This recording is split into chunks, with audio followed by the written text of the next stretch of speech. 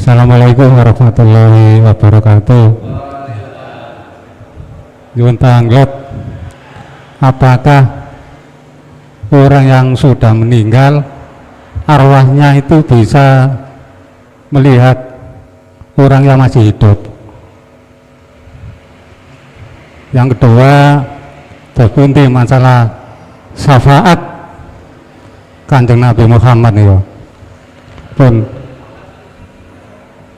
ngoten mawon. Assalamualaikum warahmatullahi wabarakatuh. Pertama mohon apa mboten cetha ping kula. Apakah orang yang sudah meninggal itu Rohnya bisa melihat orang yang masih hidup? Nggih. Gusti Allah ndadekno kita sebagai menungso iku ana rong unsur. Siji jasmani, loro rohani. Siapapun nggak bisa bantah nih. Agama apapun nggak akan bisa bantah. Madhab apapun nggak bisa bantah. Karena ini kebenaran, nggak bisa dibantah. Yes. Lalu jasad kita dikasih Allah meripat untuk bersaksi melihat makhluk sesama. Ruhaniyah kita dikasih meripat Gusti Allah yang disebut Ainul Basirah.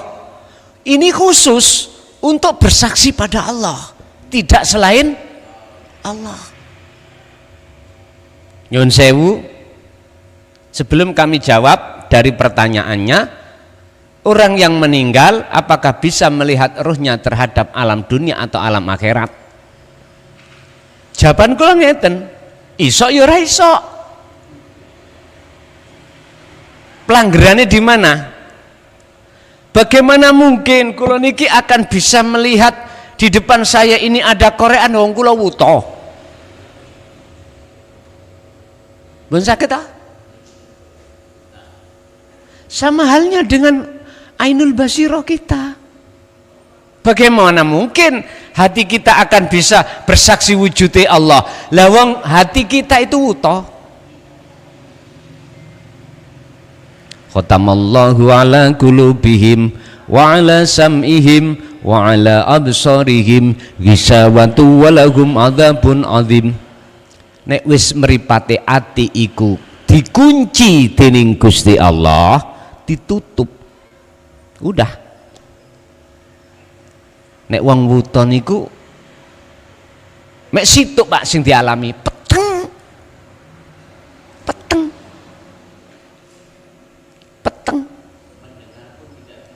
Mendengar pun nggak bisa. Kalau ngomong telinga berarti budek. Kalau lesan berarti bisu. Allah kan sudah sampaikan dalam surat Al-Isra ayat 72, barang siapa ketika saat di dunia mata hatinya buta pada Allah, maka di akhirat pun juga begitu. Mangkan fi hadhil a'ma fahuwa fil akhirati a'ma wa adallu sabila, bahkan gelapnya lebih nemen. Dari ayat ini bisa kami jawab, kalau seseorang itu golongan to waktu ning dunya dateng Gusti Allah wis gak iso nyawang anak putune, misalnya turunane ini dunya, apa maneh nyawang akhirat. Wa min waraihim barzakhun ila yaumi yub'atsun. Dia terkurung dalam dinding yang amat tebal yang tidak bisa dibuka, yang disebut barzah. Niki. Tapi mafhum mukhalafai dari ayat itu, barang siapa saat di dunia mata hatinya tidak buta pada Allah, maka di akhirat pun juga tidak buta. Berarti ruh yang seperti ini akan bisa melihat apa keadaan santri ini keadaan ning dunya, luwih-luwih keadaan ning akhirat. Ngarakno gak tahu mati yo Ben. Sebetulnya jenengan sudah sering Bapak Ibu diberitahukan Allah, cuman kita nggak mudeng. Apa? Tidur. Meripat sampean kan merem. Tapi opo kok sampean ketok opo-opo. Ketemu si A, ketemu si B, ngaten nggih? Loh, itu menunjukkan bahwasanya di dalam jasad itu ada unsur kedua, rohani. Sampean ngipit diuber-uber macan arep pangan, aku yakin belayu sampean. Padahal mimpi. Lu tenan toh, waktu mimpi ku wis gak mungkin sampean alam mimpi ae can pangan can, gak mungkin.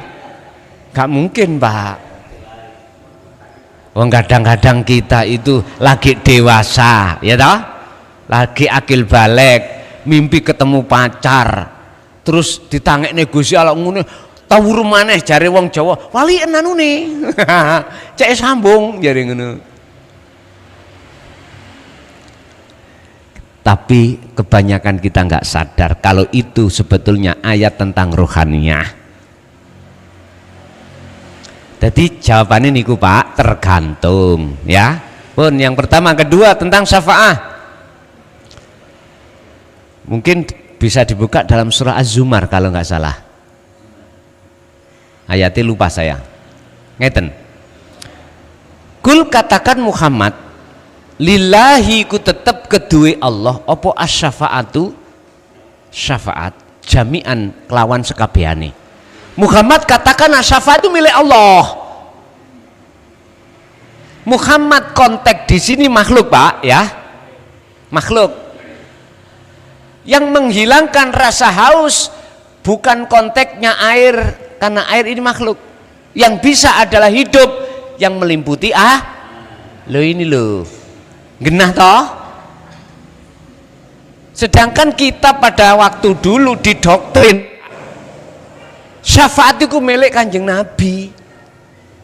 Yang bisa memberikan pertolongan itu Kanjeng.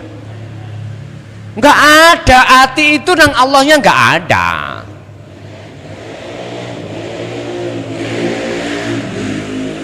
Makanya lewat mimbar ini saya tegaskan surat Az-Zumar tadi nggak salah ya, Az-Zumar apa Al-Qasas saya lupa.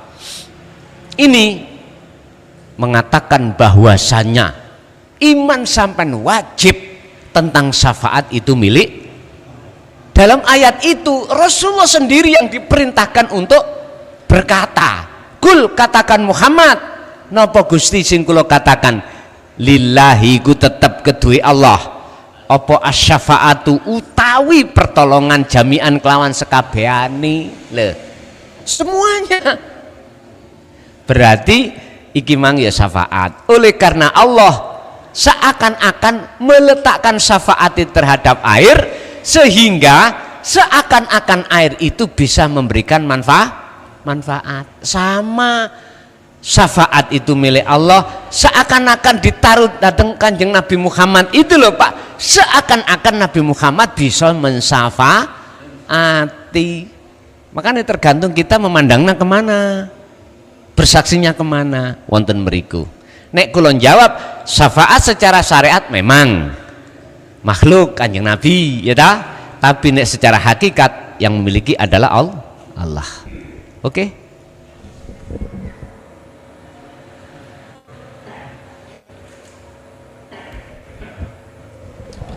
Assalamualaikum warahmatullahi wabarakatuh. Setiap manusia ini kan beribadah, tujuannya untuk memperbaiki akhlak ya. Namun dalam kenyataannya seringkali kita masih tergelincir dalam salah dan dosa. Nah, yang saya tanyakan, apakah ibadah kita itu masih salah atau kurang benar, ataukah salah dan dosa itu memang itu sudah ditentukan oleh Allah? Mungkin iku mohon Gus Mukhlasun matur suwun.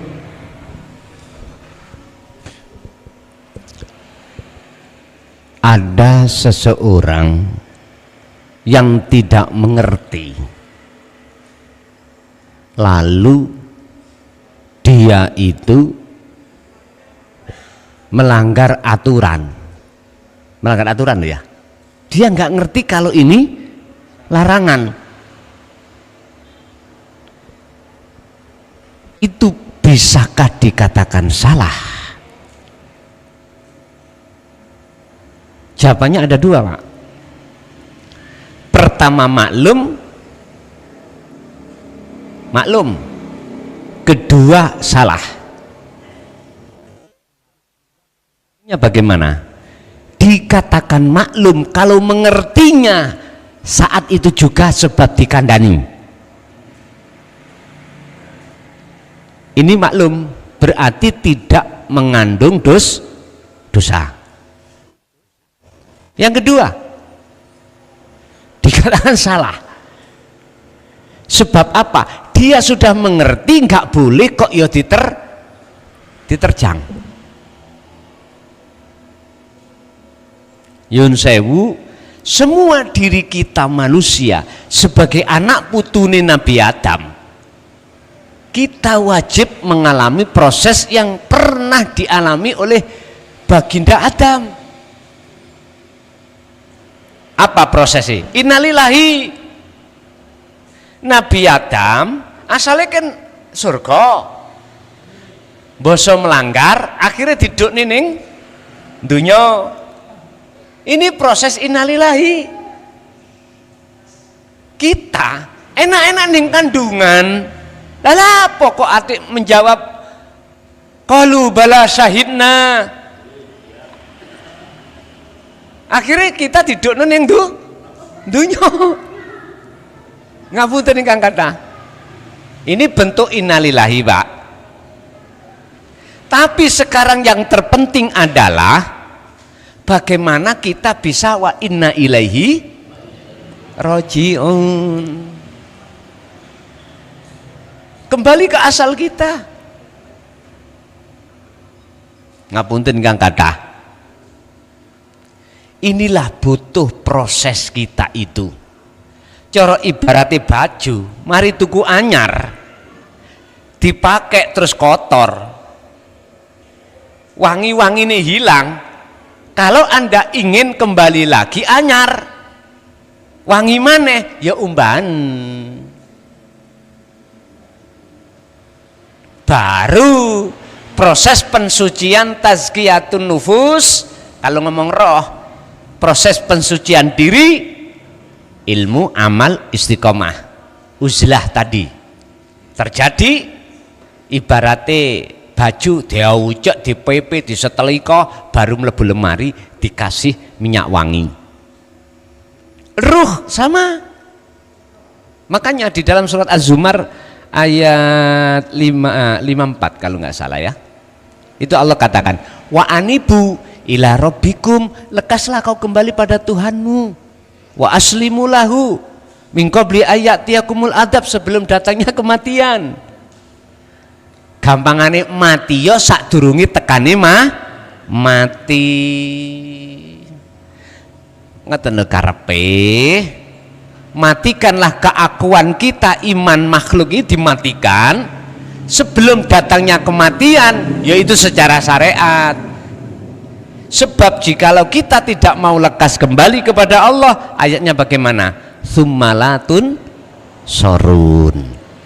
Nggak ada, nggak akan kita dapat syafaat dari Allah, nggak akan. Summalatun sorun, mongko nuli ora bakal nompo pertolongan. Jadi kita ini lagi proses, Pak.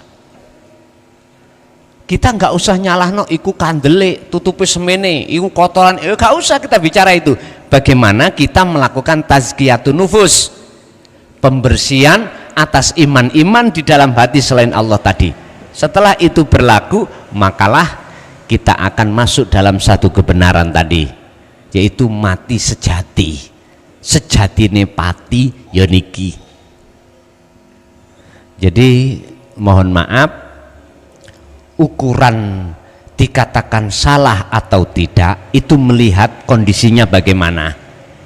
Kalau sudah kita peringatkan kok tetap, mohon maaf, sudah kita kasih tahu, kata Allah, kok mesih tetep ae kok bandel ngelakoni nglanggar, ya niki wis, nek niki mboten maklum, nek niki memang pancenin dengan niat sengaja. Nyun sewu, setiap umat iku mesti Allah memberikan utusan, mesti mulai zamane Nabi sinten mawon sampai terakhir Kanjeng Nabi Muhammad bahasa syariat mentok terakhir Kanjeng Nabi Muhammad la nabiya ba'da, tidak ada nabi setelahnya. Wis secara syariat wis entek, berarti iki mendekati dino kiamat. Tapi secara hakikat apa sih sing digawa Kanjeng Nabi semua utusan iku apa? Ani budullaha wastanibut taghut. Niki lho, inti dari seluruh wahyu adalah mengesahkan Allah. Niki lho, berarti kalau melihat secara hakikat seperti ini, umat ini bersuku-suku. Berarti Gusti Allah akan ngutus satu utusannya yang disesuaikan dengan suku itu masing-masing, dengan alasan supaya gampang dipaham, mudah dipahami apa bahasa yang disampaikan. Ibaratnya wong Amerika ya jelasnya utusane iku berbahasa Amerika. Kalau Ameriki bahasane yo Ameriki. Ngaten lah. Jelas nggih? Nggih.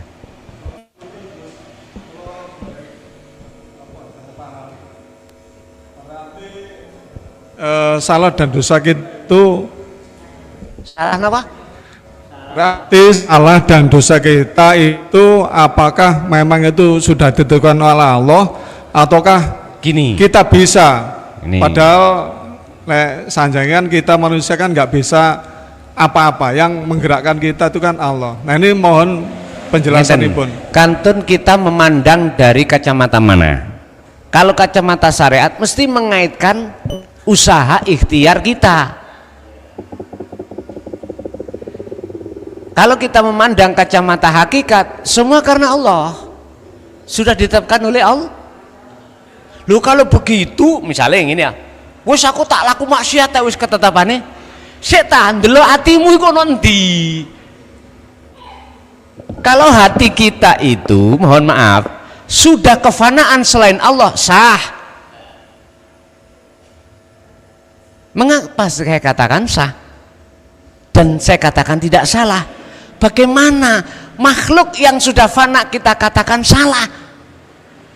Bagaimana kita katakan dia itu melakukan? Wong makhluknya sudah paham ya? Berhubung kita memakai kacamata syariat itu loh, akhirnya kita makhluk ngaku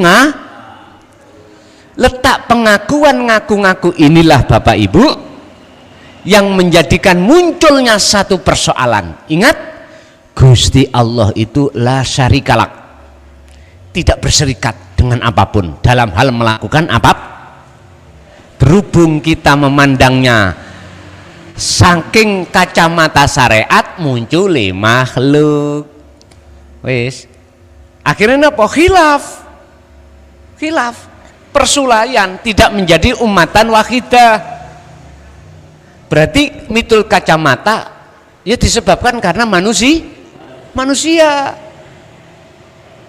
Kalau secara hakikat kok si panggah membawa manusianya ketemu Pak, kita menyamakan dengan Allah, menyamakan sesuatu derajatnya dengan Allah. Ada ayat mak,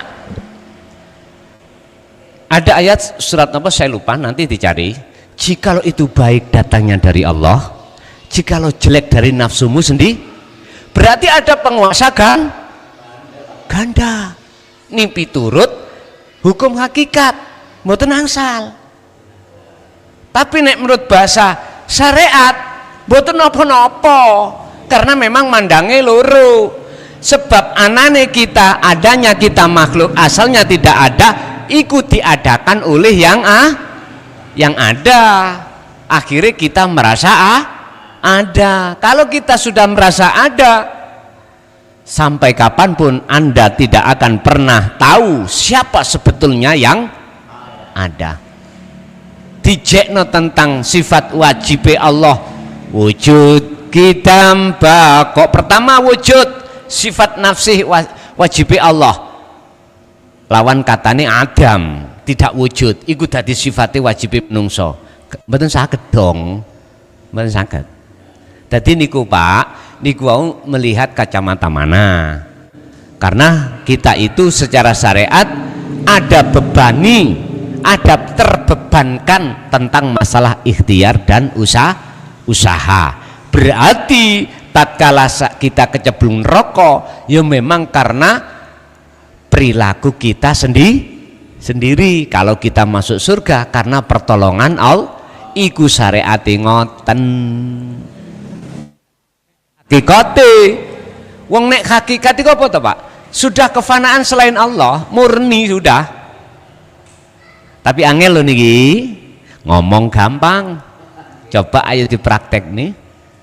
Tapi ngeten Pak, jangan pernah kita itu putus asa walaupun iku berat. Ingat, seberat apapun persoalan, jikalau ini tetap kita latih akan menjadi ringan. Sebab kita manusia butuh proses masing-masing. Tes Budi, sudah bisa diterima? Monggo. Kasih wonten.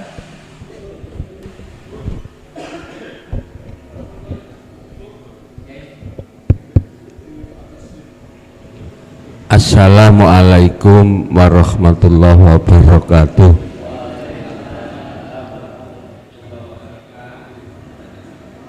Pertanyaan Gus ben gamblang, ujung-ujungnya kewajiban kula jenengan seistilahipun belajar ngoten. Pertanyaan sepindah sing kula pirengaken keng awal ngantos akhir pemahaman kula ben waget gamblang. Setiap pembelajaran awal yang perlu kita tahu mana diri asli, mana diri palsu. Man arafa nafsah faqad arafa rabbah. Selama niki anggapan kula kiambak diri palsu tubuh badan jasmani, diri asli rohani. Sementara di antara tubuh badan jasmani dan tubuh badan rohani, di situ ada tengah-tengahnya namanya jiwa. Termasuk jiwa itu masuk ke rohani apa jasmani? Pertanyaan kula. Yang pertama. Lalu yang kedua, masalah nguripke barang sing urip yang ada di dalam diri. Gelem gak gelem harus melatih, paling gak kita harus menjauh dari semua makhluk apapun. Berarti paling enggak istilahnya topo broto kholwat itu suatu kewajiban apa memangnya ada penawaran lain walaupun enggak lewat kholwah, lewat entah rekreasi entah kemana, apa bisa keringanan, apa memang harus merasakan urip sak temene urip sangka Allah wajib kholwat. Lalu yang terakhir, selama ini memang yang paling sulit di dalam konteks perjalanan hidup masalah ngendikan mudah, tapi praktek realitas nyata dalam harian kula jenenganku selalu terpontang-panting.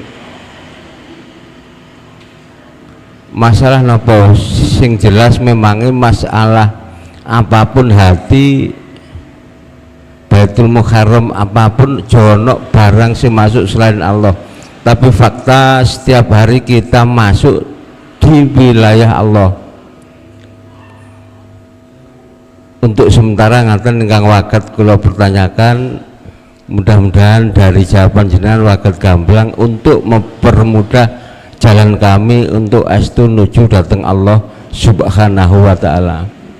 Walaupun toh tiap hari rasa percayaku kabeh tak pasrahno Allah, tapi tiap hari pun selalu bertentangan antara diriku sama yang memberi hidupku. Matur nuwun, akhir kalam. Wassalamualaikum warahmatullahi wabarakatuh. Waalaikumsalam warahmatullahi wabarakatuh. Jane nek kula angsal sanjang, kita itu secara sistem ilmu sudah paham, ya dah? 25 tahun Pak saya mentaburkan benih niki lewat dakwah nih, kan sudah cukup lama, sudah cukup lama banget. Untuk menjawab 1 dan 2 tadi, kesimpulannya cuman udhkurullaha dzikron katsiron fasabbihuhu bukratan wa asila. Hukumi kholwat iku wajib hanya bagi orang yang ingin bertemu Allah, cukup. Secara sistem keilmuan wis mutah-mutah lho estu, sehingga kula sangat setuju sekali umpama ngajine tauhid itu ditutup blek, ditutup dimanapun ditutup, tak perlu supaya kita itu mentingno kholwat aurate atau lakune dzikir pun iku tak pun asline. Sangat setuju, ditutup plek wis orang ngaji, saiki fokus praktek.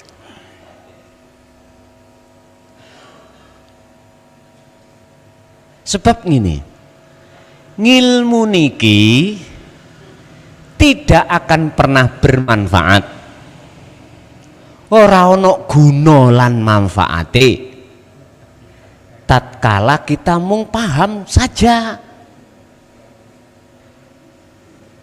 Jikalau tidak kita dorong dengan khalwat, dan ini akan justru yahjubuhum bi'ulumihim, kefahaman itu akan menutupi antara ruh dengan Allah. Akhirnya napa? Digawe pinter-pinteran nanggone grup, digawe bantah-bantahan. Lho nggih. Makanya saya sendiri, mengapa nek dilebokno grup langsung keluar, grup keluar. Krana kula niki wis kakean WA.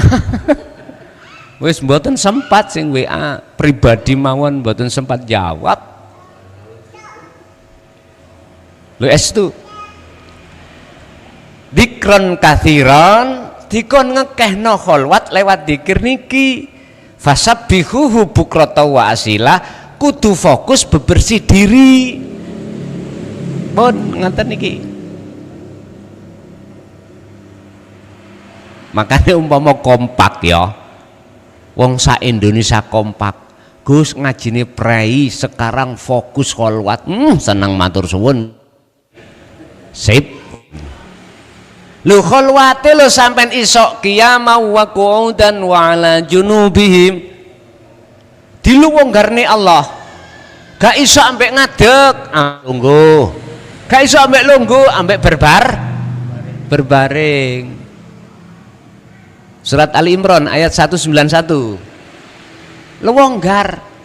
Nek tak terjemahno secara umum lho ya. Khalwat iku ya. Gak mung sampean kali kula niku gak ketemu wong tok. Mboten. Ketemu wong ya iso khalwat.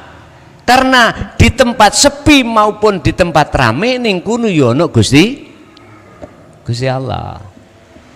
Cuman lebih berat ketemu wong, lho ngoten lho. Makanya mengapa sih tak kongkon sing gone sepi mang 1 minggu dijogok 1 untuk melatih memangnya.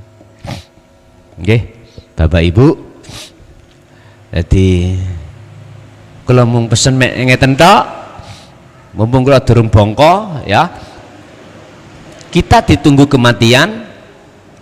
Jangan pernah berpikir bahwasanya selain Allah itu bisa menolong kita. Jangan pernah berpikir. Jangan pernah berpikir semua apa yang terjadi, hal apapun itu ada selain Allah. Jangan. Sebab kalau kita punya dzon, punya pikiran selain daripada hidup kang sejati yang agawe, inilah yang akan merusak iman kita. Dan inilah yang menggandoli kita nggak lekas-lekas bisa sampai pada Allah. Mugi-mugi dados ilmu ingkang manfaat terhadap keluarga, khususnya kita dan anak putu kita ila yaumiddin. Lahumul Fatihah. Bismillahirrahmanirrahim.